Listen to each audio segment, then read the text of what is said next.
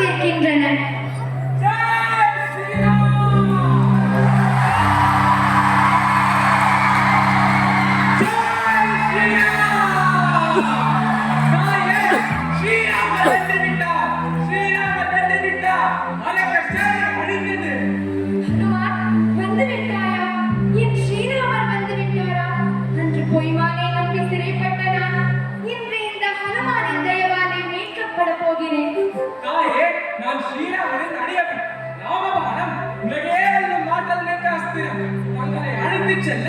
விபீஷ்ணரும் மற்ற சேனையும் இங்கே வந்து கொண்டிருக்கிறார்கள்.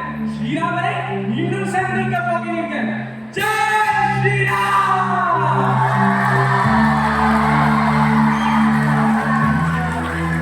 ஸ்ரீராமச்சந்திரமூர்த்தி சீதாதேவியை சந்தித்து அவளது துயர் நீக்கினார். இருவரும் தான் கொண்ட அன்பால் கண்ணீர் மல்க ஒன்று சேர்ந்தனர்.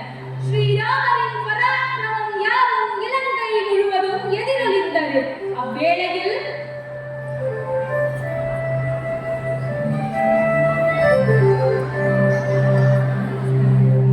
சீதா ராவணனின் நரகச் செயலினால் பிரிவு ஏற்பட்டு துயர் களவு ஏற்றாள். அவை யாவும் இவ்வேளையில் நீங்கியது என உணர்ந்தாள். இலங்கை மாநகரை என் சொல் ஒன்றால் சுட்டெரித்திருக்கலாம். எனினும் தங்களின் வில்லாற்றலுக்கு புகழாகாது என்று அதை செய்யாது விடுத்தேன். வாசிதா புறப்படலாம். பிரபு, எனக்கு உற்ற துணையாய் விளங்கியது திரிசடையிலும் இந்த தாய். உடன் நான் பேசுவதற்கும் என் ஏகாந்தத்தை போக்குவதற்கும் துணையாய் விளங்கியது இந்த மருதாணி செடி. இந்த மருதாணிக்கு தாங்கள் அருள் புரிய வேண்டும். தாயே, தங்களின் இந்த பிரிவு என்னை கலங்கச் செய்தாலும் என் மீதான பரிவு என்னை வியக்கச் செய்கிறது. மங்கையே, நீ ஒரு தாவரமாக இருந்த போதிலும் உன்னை பெண்ணாக உருவகப்படுத்தி உன்னோடு பேசி வந்தேன். அதுவே எனக்கு உற்ற துணையாய் விளங்கியது.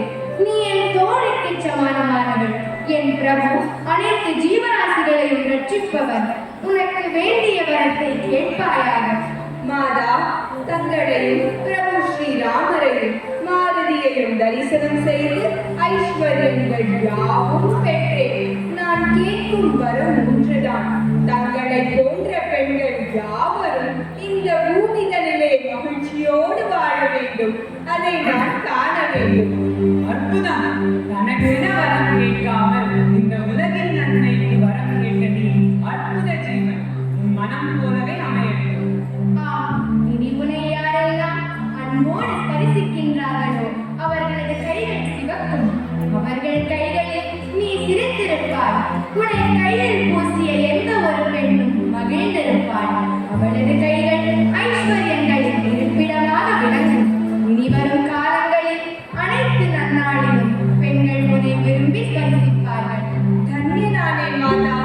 ஸ்ரீராமச்சந்திரமூர்த்தி தங்கள் பாதம் கல்லை நாடு மாட்டீர்கள். தாடகே என்று மறக்க தாயாகி தயை கண்டவர். புகன் என்ற வேடனையில் சுக்ரீவன் என்ற மாணவனையும் சகோதரனாய் ஏற்றதோடு விபீஷணனுக்கும் அந்த பாகியத்தை தந்து சபரிக்கு மோட்சம் தந்து அந்த வேடக்குல பெண்ணுக்கு சேயானீர்கள். ஜடாயு என்னும் பறவைக்கு தந்தையை தந்தீர்கள்.